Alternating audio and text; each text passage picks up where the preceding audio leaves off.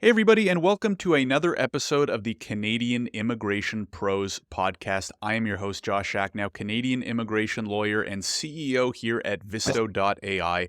Very happy to be joined today by Florence Akpan. Florence, thank you very much for coming on the show today. Thank you very much for having me, Josh. I'm excited to be here.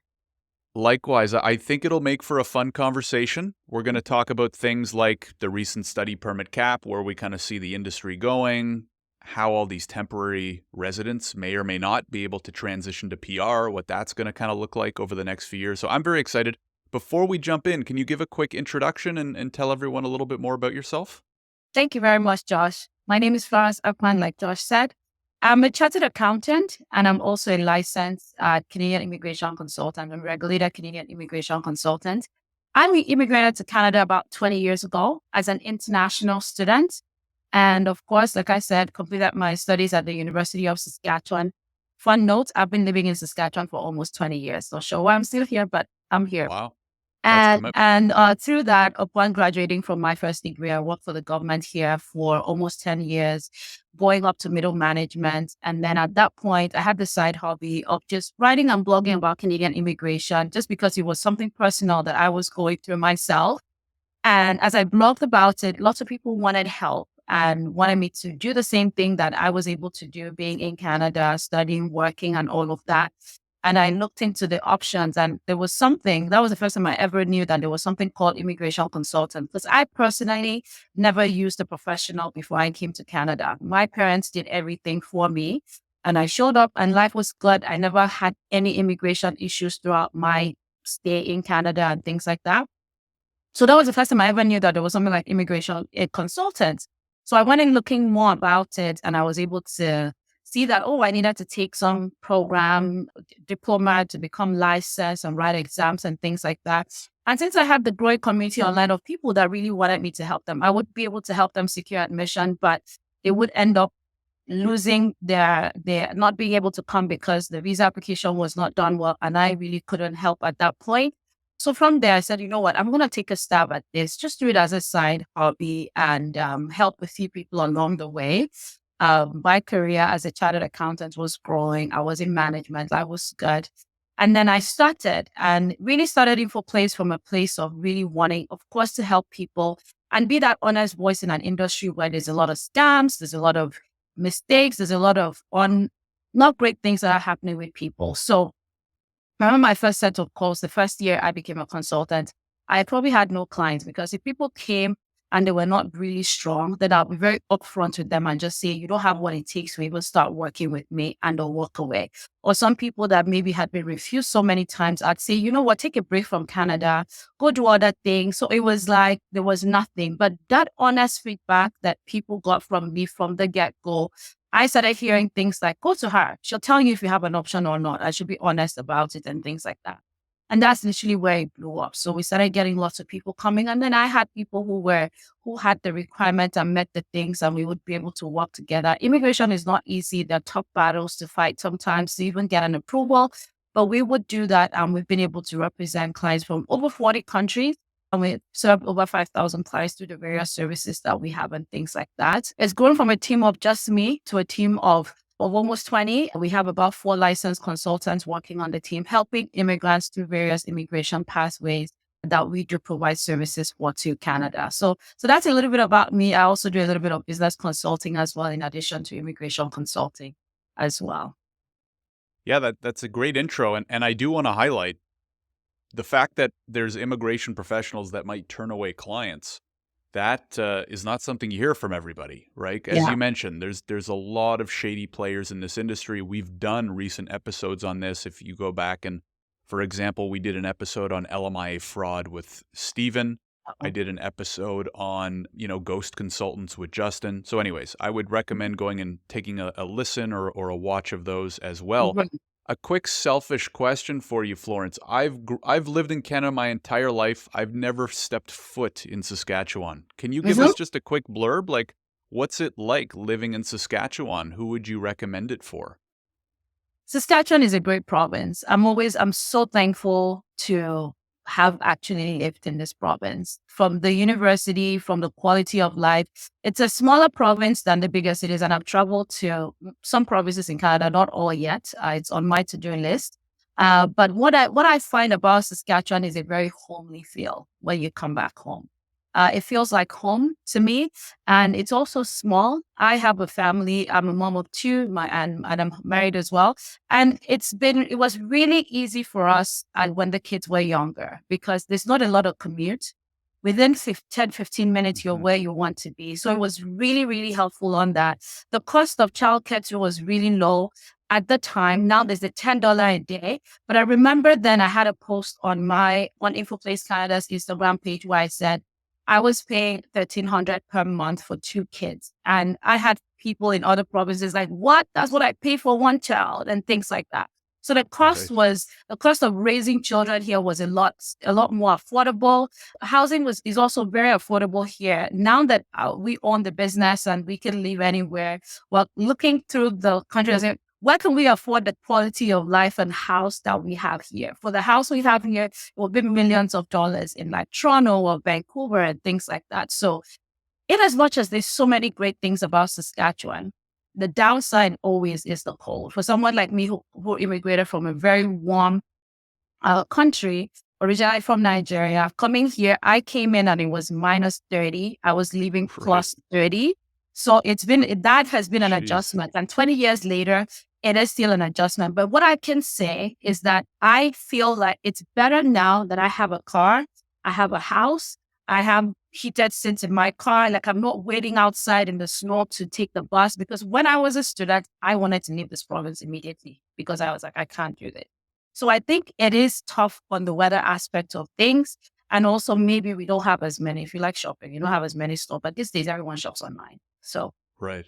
it's that Yeah, one. no, that's great information. And I asked for two reasons. Number one is on the immigration side, as we're going to talk about, PR is harder than ever. And one thing that I like to promote on this show is you don't have to live in Toronto and Vancouver, right? Absolutely. Some of these provinces have great programs, pilot programs, PNPs. And I think that the more we can educate people about those options, the better off they'll be, at least to have the option, whether they want to take it or not. And Absolutely. secondly, like people, especially people my age, like houses in Toronto are nuts, right? Like I want to start a family. A lot of us, want to start buying real estate and starting a family. And doing that in Toronto, Vancouver, Yes. Montreal, Ottawa in Canada has gotten like borderline prohibitive, right? Yeah. Unless you're extremely wealthy. Yeah. So, especially these days, you can get a remote job, make the same Mhm. amount, and kind of, as they say, geo-hack, right? Like pick a place to live that's much more Mhm. affordable. So, Yeah. anyways, I appreciate you highlighting that. Yeah. No. Can you talk about Florence? So you've had the experience yourself of coming to Canada as an international student. Does working with international students make up a large portion of your practice? Like, are you very focused there? And then would love to hear your thoughts. Of course, recently, January 22nd, IRCC announces the study permit cap, 360,000 in 2024. Mhm. What are your thoughts on that, and what are you kind of seeing on the ground? Yes. So I do work with a lot of international students, and I would probably back up a little bit there before even talking about that because with the growth of international students here over the last couple of years, we would see that Canada became popular. When I came 20 years ago, not a lot of people were looking to Canada. My high school back home had a lot of students. Most of us, when we were finishing high school, we weren't leaving the country. We were going to the US, to England, different places, to the UK and all of that. So Canada wasn't really on the radar. But I think express entry put Canada on the radar. The moment people were able to, there were international students still coming to Canada. I mean, I still came, and back then nobody even knew what Saskatchewan was. By the time I started my immigration practice, people would call me and say they want to come to Saskatchewan. This was like in 2017, and that was a shocker to me because back in the day, nobody knew how to even pronounce Saskatchewan. But as international students, as express entry happened, people came into Canada and realized, wow, this is a great country. I can come in here as a skilled worker. This is back then. I can come in here as a skilled worker and get a decent job and start a life and build on my career and do so many great things. So, of course, it's like a referral program. I'm telling my sister, I'm telling my brother, I'm telling my auntie. And then as more people, at that time, the express entry pool would have like maybe 50,000, 7,000, 70,000 people at any given time. And the cutoff, I remember in May 2027 was as low as 430, which Right. meant that even if you didn't even have a master's degree, you would actually receive an ITA. You mean So when that happened, 2017? that was 2017, May 2017, yeah. 2017. Yeah. Can you imagine a 413 all program draw right now? Oh my goodness. It Not was, and the possible. scores were just, so people were, PR was hot. There was a lot of people lining up and trying to come in through PR and things like that. And of course, as the demand increased for that, then the scores went up. And as the scores went up, there's a component of that that has a benefit that if you got additional education in Canada, you could get up to additional 30 points. Now people started looking into that too. And I'm really talking about this because again, it's based on my clientele. Like they want to come to Canada, they really wanted to come as PR, but then you find out that, okay, it's not really happening there, but you still have this desire to get some additional education. Maybe you've always wanted to get a master's degree, a diploma, and things like that. Then you might as well kill two birds in one stone, right? Be able to come in, study, and maybe there is potential that could lead to you being able to get PR eventually and things like that. If you come in and actually like the country. So a lot of people now started, in addition to the quality of education that Canada has as a whole, there was also now a group of people too that, of course, knew that if they wanted to get to PR, the scores are now so high for you being outside the country and getting it. If you got additional education here and got some point, you might be able to get there as well in PR because the government talk about it, transitioning our temporary residents to PR. They are the good ones. They have the skill set and things like that.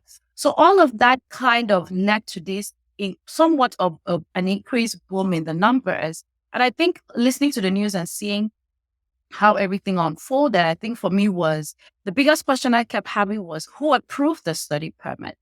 Because Mhm. I feel like at some point the government should have known that the numbers were exceeding what the target was. We never knew that there was any target or limits to looking at it. But I think what happened to Canada is that Canada underestimated the demand for Canada. That's what happened. And then there were no checks and balances in place. The checks and balances were just there on the permanent resident side, but nothing was really done on the temporary resident side to realize that when immigration is at one door closes, then people are exploring the other way because they want to come to Canada. Canada remains a great country, despite the fact that it's not there's no perfect country out there, but there's so much good in Canada than other places that some of the immigrants are trying to come from to Canada. So I think that's kind of what has happened over the years. And we've seen that push, we've seen that drive. Now, seeing the cap to me, definitely, as this cap has happened, there's been so many things coming up that even being in the industry myself, I wasn't even aware of some of those things because your students are going to reputable schools. You're not aware, like you don't know that there are all these other schools out there that are doing things that are not quite what is the expectation for students to come. And I believe that those people should be taken out of it because that is totally affecting the quality and what Canada stands for. We should not condone that under any circumstances. But was it a right measure for the cap right now, or all the restrictions and bans that are coming on and things like that? I think we all need to wait and see how this plays out. I believe that the government has more data than we do to be able to know what the right direction was. But my only drawback with the policy is looking at, it's kind of like when you run a business and there's a particular stream of your business that generates a lot of revenue for you, looking at how much international students bring in, I'm wondering, and how many people they employ as well. I'm wondering if how that impact is going to be to the economy with the cap that has been put in place and things like that. Right. Yeah. I mean, you had some great points. I think, like you said, time will tell. A few great points that I just want to highlight or summarize. Number one, I agree. I think express entry really kind of put Canada in the map, not on the map, not just because you could apply for it directly from outside of the country, like you said, in the heyday, right, when you Mhm. could actually have a high enough score without stepping foot inside the country. But also Mhm. because people could see, as compared to maybe like the US, where it can be hard to get a green card, you could say, okay, well, maybe I can't do express entry today, but I go get a degree and probably within a year or two I can have PR in another country, which is great. You mentioned the cap or lack thereof for the study permits. I mean, it begs the question, was there ever a target for Exactly. study permits, right? Every year they set the PR targets, right? We know like right now for PR it's somewhere in the range of like 500 and something thousand. I don't remember. But Hmm. every year they set the 3-year plan, right? I wonder if they even thought about the number of study permits they were approving each year. I don't know if you have any indication there. And then lastly, I think the cap was a good idea because it's going to indirectly or directly accomplish part of what you're hinting at, which is a lot of shady players, agents, Hmm. consultants, schools, regulators, right? So I don't know, is the cap number a great number? I don't know, right? None of us Yeah. really know. But Hmm. certainly you have to think that a portion of this industry is going to be wiped out, no? Maybe not a huge portion, might be 10, 15, 20%. How like what's a shady school going to do if the province won't give them attestation letters? Exactly. Or, not enough students decide to go there anymore because they don't Because give PGWPs or stuff like that, right? So, do you think it was a good, like, are you happy with the announcements that were made on the 22nd? with the announcement that was made on the 22nd and just looking at Canada as a whole, I would say that it's more of mixed feelings. And the thing there is, it's not, Canada is not saying no to international students. And I think I definitely want people to be aware of that and not just jump like, oh, Canada doesn't want international. No, no, no. Canada is not saying no to international students. But Canada wants, and there's been a lot of changes that has happened, which I think they have done great on. I was happy when the proof of funds were updated because even when we consulted and talked to our clients, we told them $10,000 is not enough for you Mhm. to leave, especially if you're going to Toronto, even if it's Saskatchewan. It's not a realistic cost of living. So the government has been doing things in place to get things to where they're supposed to be. That $20,000 should have been updated the same way they update the proof of funds for express entry every single year. That's what should have happened.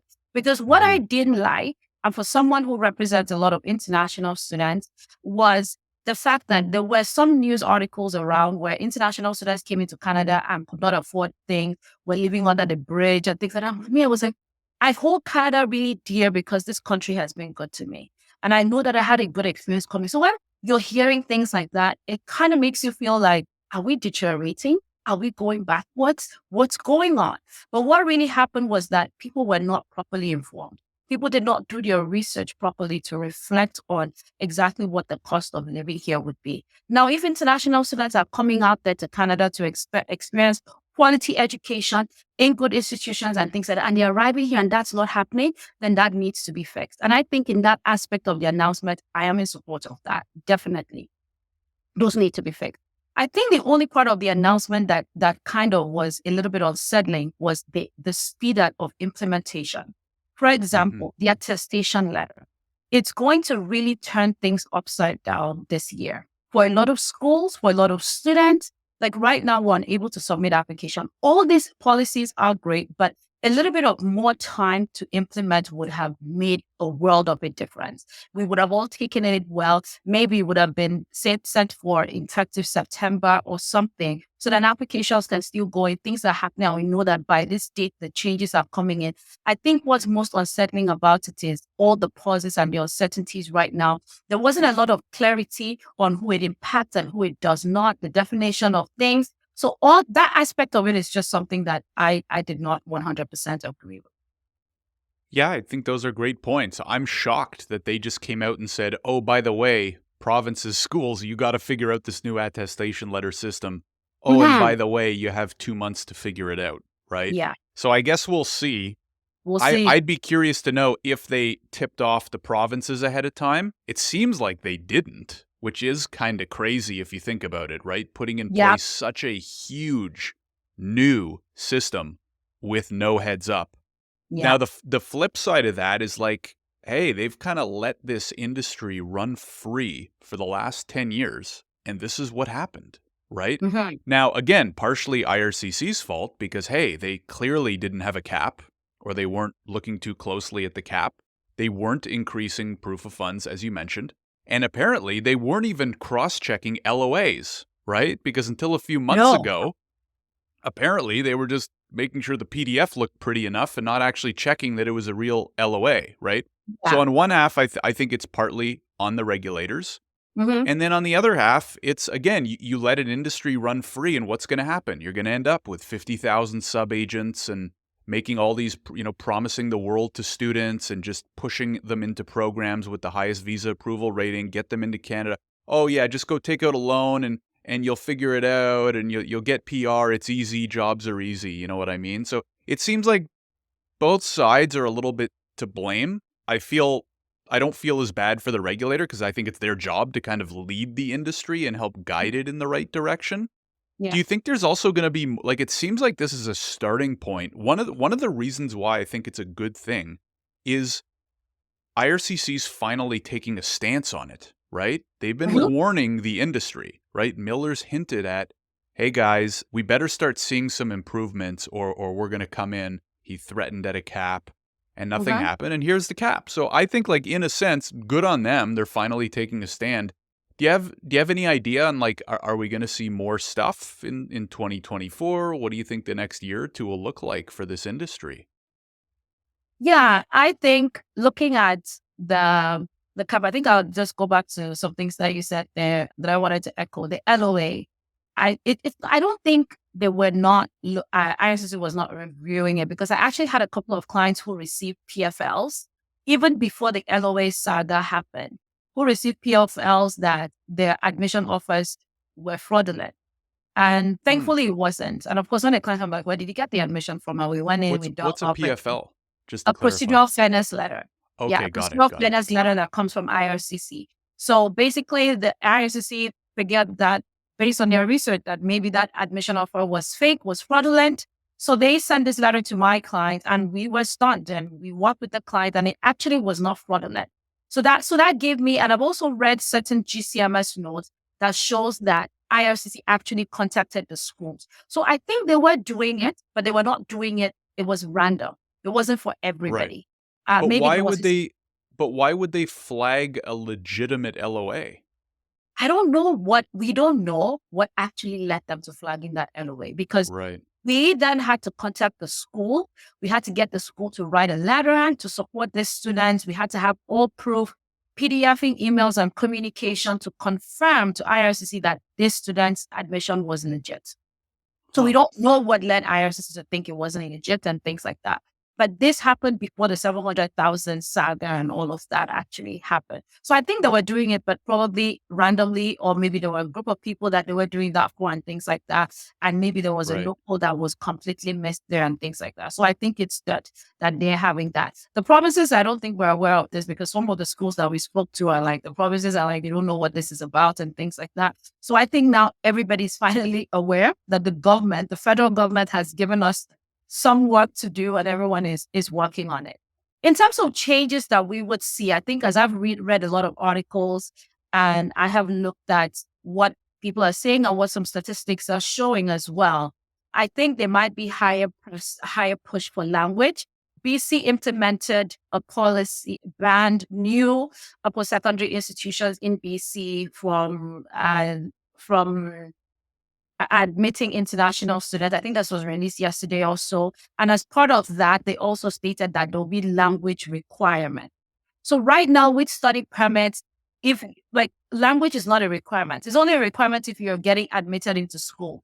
And it might be the problem where Canada is seeing a situation where international students are coming in and some of them are struggling to speak and communicate in English or French.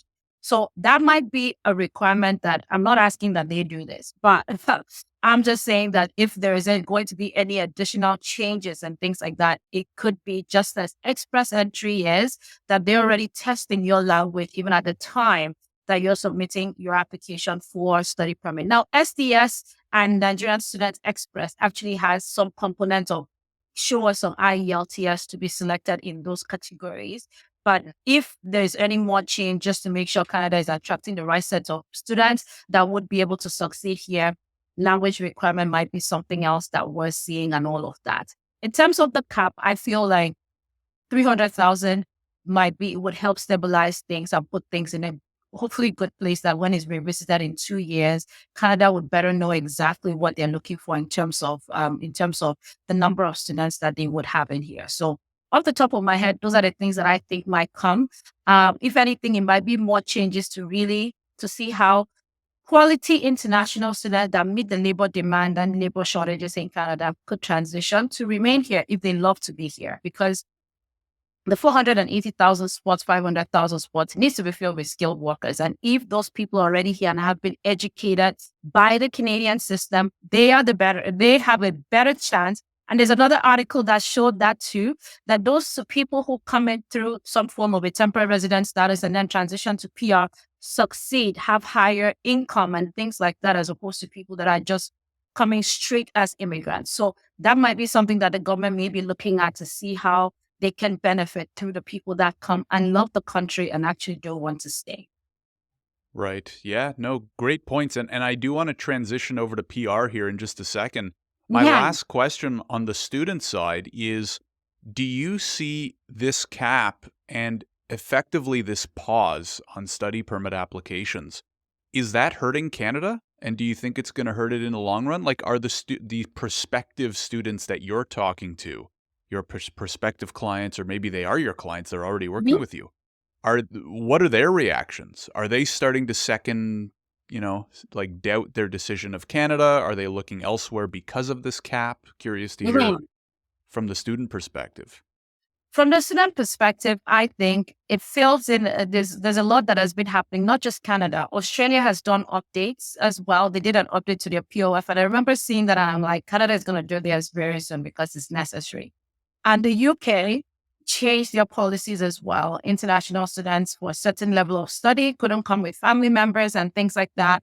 That impacted a lot of people because typically certain population, a certain group of people tend to prefer relocating with their family, not solo relocation and things like that. We see that as well with our clientele. The biggest thing from what I've seen, it's not like we don't want Canada anymore. From what we've seen with our clientele is more of, I still would love to come to Canada and study. What should I be doing now, especially for the people who are coming with family and you were maybe coming for a PGD program? Now is, can I get into a master's program so that I can still come and things like that? Will it hurt Canada in the long run? Is still something that we have to look at to tell, because the truth is the demand for Canada is very high. So in terms of it really hurting, I think what it's going to do is just more streamline a little bit more, be a little bit more selective. Canada is going to have the opportunity to be more selective about who they actually let to come into the country as opposed to before. That's what the cap is going to do. I'm very curious to see how it's going to be implemented. I'm very curious to see how it will be communicated to people. My fear is that should the provincial attestation letter be available in March, my fear is that by May, Canada would have met the quota for 2024, legitimately, because there is that many international students that want to come to the country. What happens to the rest of the students? So it means if you're a student right now, you've not started putting your study permit together, you should. Because guess what? There's going to be a rush now, especially if you're coming for one of those programs that is subject to the cap. If you're coming for your master's or PhD, you have all the time in the world. Whenever you come, you have all you need, you're going to get through. But if you're one of those ones that are impacted by the cap, you need to move fast because those seats could fill up very, very quickly. The only group of people that I think might rethink Canada are those who maybe have no option, that don't qualify for, like, especially people that would love to relocate with their families. I think those are the people that would seriously rethink Canada, because it is a long time to be away from family. 1 year, 2 years, or if they are not even still eligible by the time that particular students get the PGWP, then you're looking at probably 3 to 5 years of your family member being away from you. But what we tell clients is, in as much as you can't get spousal open work permit, nothing has been said about visiting visa. So you might be able to come in and visit your spouse and go back And we have our clients whose spouses are working, they have businesses, and they're okay with that arrangement of visit and go back. So it's going to really depend on a case by case basis with each family, with each applicant. But overall, in terms of hurting Canada, I don't really think that Canada will see it right away. We'll have to wait and see, just because the demand right now is really high. I think Right. where it might hurt would be if after this first year, lots of people who wanted to study could not make it. Then people might start saying, I'm not even sure I'll get it, so maybe let me not consider it. But this Hmm. first year, I think there'll still be that big push of applications until we see what happens next year. Yeah, that's a great answer. I mean, number one, the fact that it's easy, at least for people like me, to get caught up in the Canadian bubble, right? Because all I really follow is Canadian immigration. I've a little bit of the other stuff, especially from, connections on LinkedIn and stuff like that. Mhm. But it's quite easy for someone like me, which is why I like having, guests like yourself, is I get caught up in what Canada's doing and I forget about what's happening around the world as well, right? Maybe some people don't like what Canada's doing, but maybe they don't realize that what some of these other countries is actually even more restrictive, which means Canada Yep. might not even lose any demand if it's still relatively the better destination. And then your other point on if you will be affected by this cap, and assuming attestation letters are in place by the deadline around March 31st, which I would be impressed, to be honest, if they got it figured out by then. But yeah, you better be ready to apply pretty quick, because if it's One, like remember the TR to PR program with the caps? Like when Canada launches programs with caps, they fill up feels fast when the portals don't crash or when the portals come back up from crashing. So was great advice, and we will have, information on where to find Florence and how to get in touch if you are a prospective student and want to get her advice or maybe work with her at the end of the episode as well. So Florence, let's use this as a segue to a very highly related topic, which is permanent right. residence, right? Mhm. So Canada's put a cap on the international students for the next year or two, and that's probably a good thing as well because we have so many students in Canada, so many PGWP holders in Canada, so many people with expiring PGWPs and or, work permits where it's never been harder to get PR, right? You were talking about earlier how in 2017 they were doing draws for 417, 413 I think you said. We haven't Yeah. seen 413 for an all program draw like since long before COVID. Yep. So, do you see, like, are you getting a lot of clients coming back to you, maybe former international students or new prospective clients? What are you seeing and hearing on the ground with regards to PR? Is it as hard as it seems right now? Or are there a lot of clients struggling to navigate that part?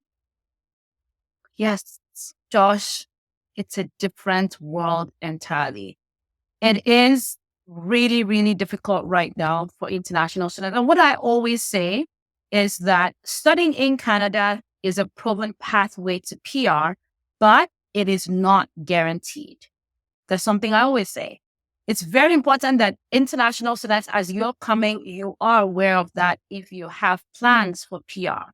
The fact that it's not guaranteed means that you have to probably be very strategic from the get go of you coming here, from the program you choose, from the province you go to, and things like that. And this is something that we work closely with our clients. If they have those long term goals, we're able to somewhat work with them and map it out and give them a realistic expectation of like, it's not going to work. You're going to have to jump all these hopes before you get there. So a lot of times clients arrive being aware of that, and some arrive and having a straight pathway. And if policies don't change, it goes just as planned, and then they are able to transition and things like that. But I must say that over the since COVID, it's become increasingly difficult. Just earlier this year, I saw some statistics that states that we have 2.5 million non-permanent residents in Canada right now. If there are 2.5 non-permanent residents in Canada, so that could be the students, workers, maybe visitors that are here. And then there was something about some undocumented folks as well. All of this is in that 2.5 million. Yet we only have 485,000 slots to get to PR. When we look at the Mhm. 485,000 slots to get to PR, just 110 is express entry. And then another 100,000 is PNP. Then you have grandparents, spouses, spousal sponsorship.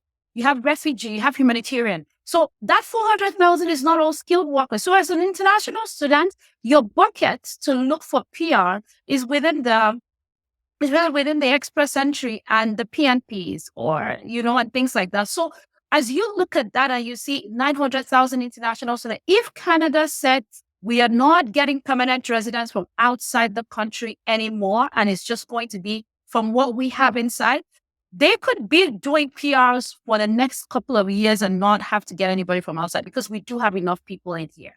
I do understand Right. that it's that challenge that are the people here, do the people here have the skill set that is actually in need, that labor, which is where that introduction of course, the category-based draws and things like that became important and all of that. And that in itself might have a slight flaw, but it's what the government is doing to try to accommodate that. So it has been difficult.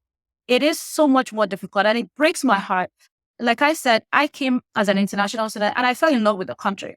I loved it. I wanted to be here. And being able to come, and I didn't have a problem, Josh. I never lost sleep at night thinking about how I would stay in this country long term. I did my undergrad here, 3-year work permit. I knew I'll get to PR. It was somewhat almost guaranteed. Like I even delayed a bit with applying and things like that. And eventually I did, but today is not that way. We had a consult this week. One of my consultants had a consultation with a student. And she asked after the call, she had to talk to me to call the client again because the client cried all through the consultation. She has been here for 3 years. She loves being here and there's no pathway for her.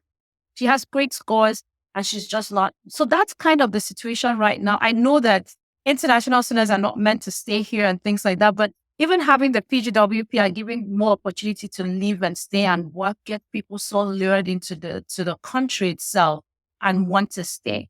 They promised the TR to PR some sort after that first one happened and literally closed really quickly, but nothing has happened yet.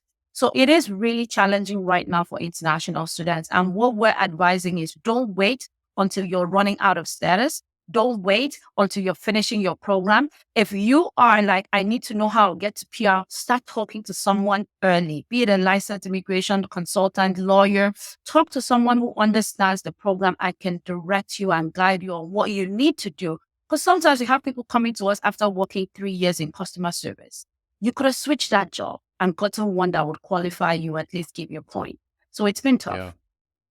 Yeah, no, and I'm hearing the same thing from pretty much every professional that's coming on the show. Like you said, it's a different ball game from 5+ years ago, where having that Canadian degree and that 1 year of Canadian work experience didn't even really matter what it was, as long as it was skilled, right? Was kind of enough. I think this also highlights even more the problem with the international student program, right? Because 5, 6, 7 years ago, we were bringing in 200,000 students a year, right?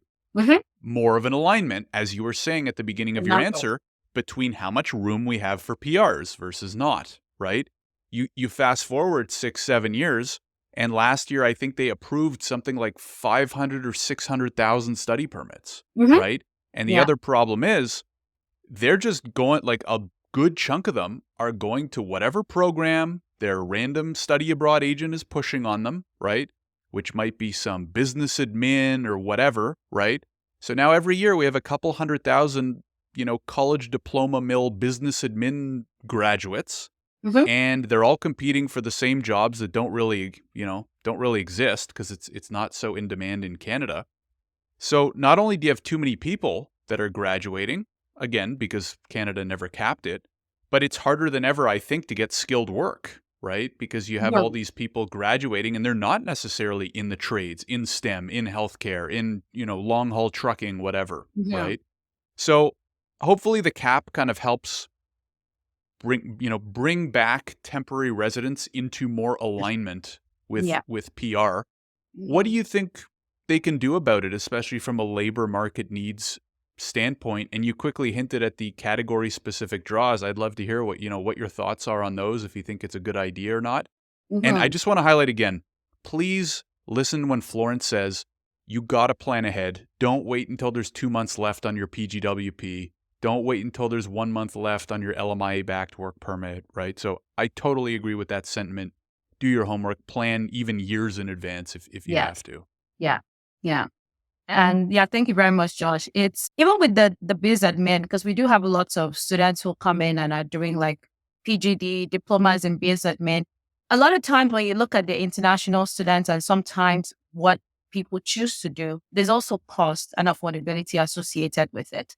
So there might be certain programs that are in demand and things like that. For a lot of these international students from the countries they're coming for, there's only so much that they can afford, but they really want to give themselves a shot in life and give themselves great opportunity. So sometimes they choose those 1 year diploma program because, okay, it is affordable. This is what I can afford with the cost of living and things like that and come in. But definitely, like you said, there's been that mismatch. And the government should have definitely put something in place to be able to align things a little bit more and all of that with what we have in country. And there were people that did come many years ago. Like I have friends who did the 1 year diploma. They're working in banks now. They're managers. They've gone on to do licensing exams and things like that. So it's not like those 1 year programs are all terrible and things like that. But what we are seeing is just there's so much more people in now that there's plots and opportunities are not limited and all of that. With the category-based draws, I think it changed the game. It changed the game because if Canada was holding every 2 weeks, 52 draws or what have you, 26 draws every year or so, now it's split. So let me tell you, last year, there were a total of 42 draws. Okay, I think I have my numbers. There were a total of 42 draws last year. And there were a total of 19 non-program specific draws. 19 of those were all program draws. And 17 of those were category-based draws. Remember when category-based draws were implemented, it was in June. So just in June, category-based draws almost matched the number of all programs draws, which clearly shows a shift in the government's priority and the need to actually fill the labor needs in the country and things like that. So now, as we're looking at the scores this year, it's no longer what you could score in the 500s and still not receive an ITA because this year has already started with really high all programs draws in the 500. The category-based draws continue to show lower cutoff points because, of course, they're inviting them a lot more frequently. And I think that would happen as well this year. So for people that are looking, if you have work experience and skills in the category-based draws, you might have a good chance of getting to PR. And I actually did a video of this of like, who has a good chance of getting to PR this year? If you're in one of the categories that the government has identified, you potentially would have a good chance if everything else squares out. But if you're in the all programs draw, you're literally at the mercy of whatever the cutoff would be. And the more all programs draw, a category-based draw that happens, the more they pull out the lower CRS, and it's just left with those really high ones as well. And one of the things to note with the category-based draws are those ones, STEM and healthcare were still really high. The cutoff in those categories, those people, those were really high because they typically, again, would have really high IELTS and stuff. So in terms of the labor needs in the country, I think doing that would definitely help Canada get more. But one of the things that I can say about the flow of that system is that the fact that you've invited me in that category-based draw does not mean that I am going to come to Canada and work in that skill set. Right. Yeah, I mean, that makes sense. My biggest concern is that they've been so non-transparent with it, right? When they first announced it, I thought it was brilliant because I love Express Entry. I think it's a good program. I think the two biggest flaws before June of last year with Express Entry was if you're going to do merit-based and you're not going to differentiate between types of skilled work, then is it really going to address your labor needs? Not really, right? That's why the running joke is Canada has the most PhDs driving taxis, right? And secondly is they don't really differentiate well from years of work experience, right? If you have 3 years of foreign work experience and 35 years of foreign work experience, you get the same number of points, right? Yeah. So those two things never made too much sense to me, which is why when they introduced the industry-specific draws, I was like, I think that's a good idea. The problem from my perspective is, like you said, they did a ton of the draws in the second half of 2023. The problem was some of them were very small. So like only the top couple percentage points are getting in. That's- And now, as you said, we're about to go into February, and they've done 2 all program draws that have been tiny, right? It's like a Mhm. combined 2,100 people have been invited to apply. So Yeah. now what? If I'm talking to a client in December, I'm saying exactly what you're saying. I'm like, well, we got to line you up for industry specific. That's going to give you the best chance. Now we're sitting here. I mean, this episode might go live a little bit like, middle of February. It's like Mhm. middle end of February or by the end of January. There's been no industry specific draw. So what Yeah, am I supposed to yeah. sell that, right? So I just wish, and this is my hope for PR, and I'm curious to hear what yours are, Florence, for the next year, is why can't IRCC just be a little bit more transparent, right? Hey, these are how many people we expect to invite. Hey, this is when we're going to start doing these categories versus that categories.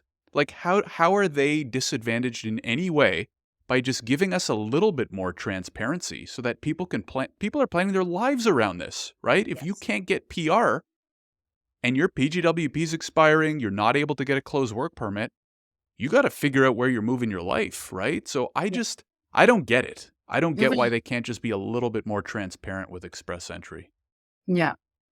Yeah, I totally agree with you. Like and the funny thing with policy though sometimes is that there's really no perfect policy because you're trying to do this to get people in, or you're trying to put this in place to limit this, then it's affecting something else. It's really difficult to really build an all-encompassing policy because, like you said, 3 years versus 35 years, or even versus 10 to 15 years of experience, like all those things are not recognized because as soon as you're over 30, you start losing points and your work experience doesn't count. Like nothing makes up for that difference, right? So it wasn't a Hmm. perfect system or anything like that. And the category base right now too, neither is not also perfect because like I said, the fact that I'm being invited in STEM, maybe I'm a nurse and I come into Canada and I realized that it's going to take me how many months to become a nurse. And I'm like, I'm not putting myself through that. I'm just going to find another occupation. What has happened there?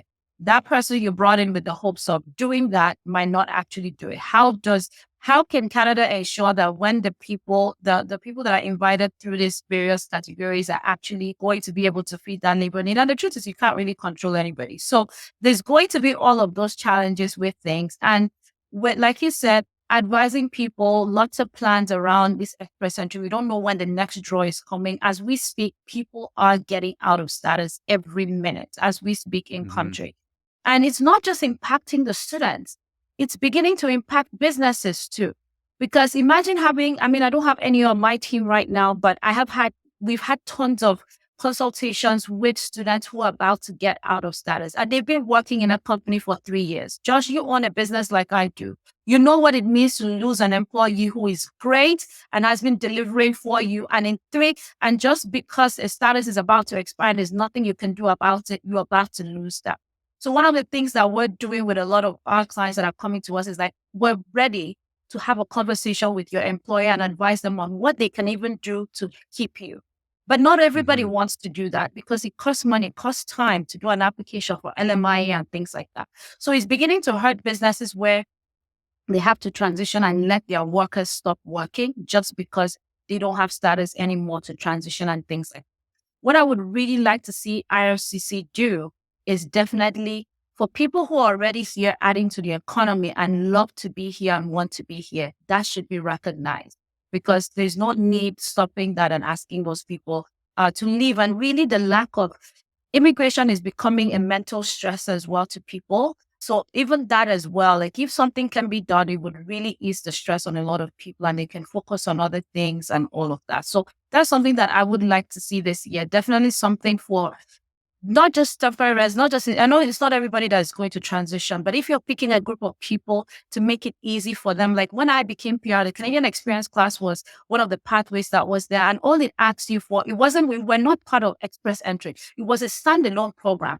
The moment you graduated, worked in Canada for a year, had that Canadian work experience, you were just applying for your PR straight. Something like Hmm. that just takes away the stress and the pressure, but it still puts a requirement that you need to have some qualified work experience so that we can still be getting the skill set that we need through these people that we have in country. For sure. Yeah. I agree. I think maybe we'll see something like that this year. I think one of the problems, again, listen to the most recent episode with Justin about why employers aren't doing LMIAs, is because it might take you 7, 8, 10 months to get them, right? So Mhm. there's a whole conversation that maybe we'll save for another episode. And or like I said, check out the recent episode with Justin where we went in depth on LMIAs and why companies might not be willing to do them. Florence, this has been a great conversation, very eye-opening as well for me, especially to get the perspective from the students, and I'm sure our listeners, hopefully found it helpful as well. If anybody is interested in getting in touch with you, learning more about your business, checking out your website, where do you recommend that they go? Definitely infoplacecanada.ca is our website. And we are we're live on Instagram as well. So you could definitely reach out to us on Instagram if you're there, Twitter, Facebook. We have a team of social media managers that would be able to direct you to the services that you need. You can always send an email directly to the team as well. Ask at infoplacecanada.ca or call the office 306-585-6565. And we will be more than happy to work with you and explore your Canadian immigration options. Awesome. And we will have links to the website and a couple of those socials in the description below if you're watching on YouTube or if you're listening on the podcast. Florence, thank you again for coming on the show. We really appreciate it. Thank you so much for having me. This was fun. It was great discussion. Thank you so much.